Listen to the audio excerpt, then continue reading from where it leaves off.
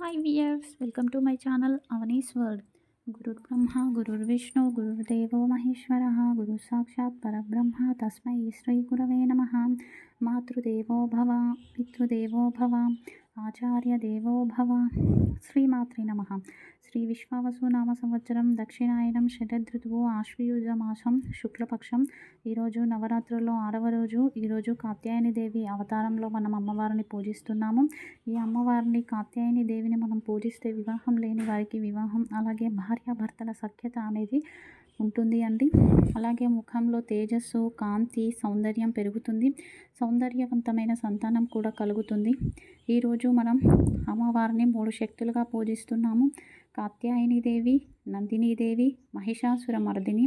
ఇక కాత్యాయని అంటేనేమో కాత్యాయనుడు అనే ఋషికి పుత్రికగా జన్మించింది కాబట్టి ఆ పేరు మీదుగా కాత్యాయని అమ్మవారిగా, నందిని అంటే సరస్వతి జ్ఞానం, అలాగే మహిషాసుర మర్దిని అంటే మహిషాసుర రాక్షసుని సంహరించింది కాబట్టి మహిషాసుర మర్దినిగా అమ్మవారు అవతరించారు.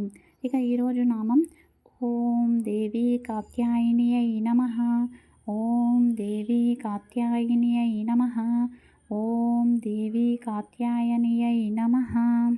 ఈ నామాన్ని అందరూ కూడా వీలైనన్ని సార్లు జపించండి. అమ్మవారి ధ్యానంలో ఉండండి.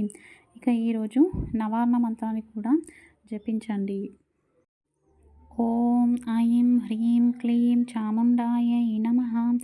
ఓం ఐం హ్రీం క్లీం చాముండాయై నమః. ఓం ఐం హ్రీం క్లీం చాముండాయై నమః. ఇంకా ఈరోజు ఉదయం పూజ అండి. రేపు ఉదయాన్నే అమ్మవారు మనకు రేపు నవరాత్రుల్లో 7వ రోజు. రేపు మనకు అమ్మవారు కాలరాత్రి అవతారంలో మనకు దర్శనమిస్తారు అండి.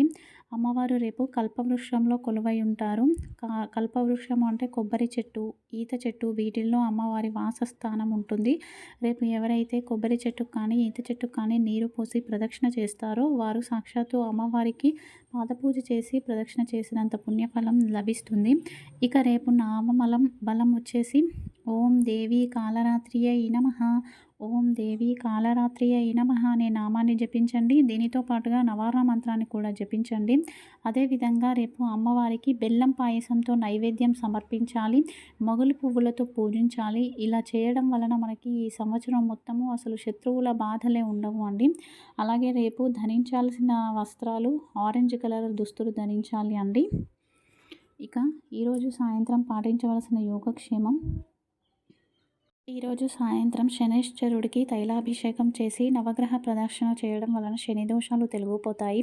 దేవాలయానికి వెళ్ళడం కుదరని వారు ఇంట్లోనే మహాకాళి, మహాసరస్వతి, మహాలక్ష్మి అమ్మవార్లను పూజించి నువ్వుల ఉండలను నైవేద్యంగా సమర్పించండి. తదుపరి ఆ నువ్వుల ఉండల్ని చిన్నపిల్లలకు ప్రసాదంగా తినిపించిన తర్వాత మీరు స్వీకరించండి. ఇలా చేయడం వలన ఇంట్లో గొడవలు తగ్గి ప్రశాంతత ఏర్పడుతుంది. అలాగే వ్యాపార అభివృద్ధి కూడా జరుగుతుంది.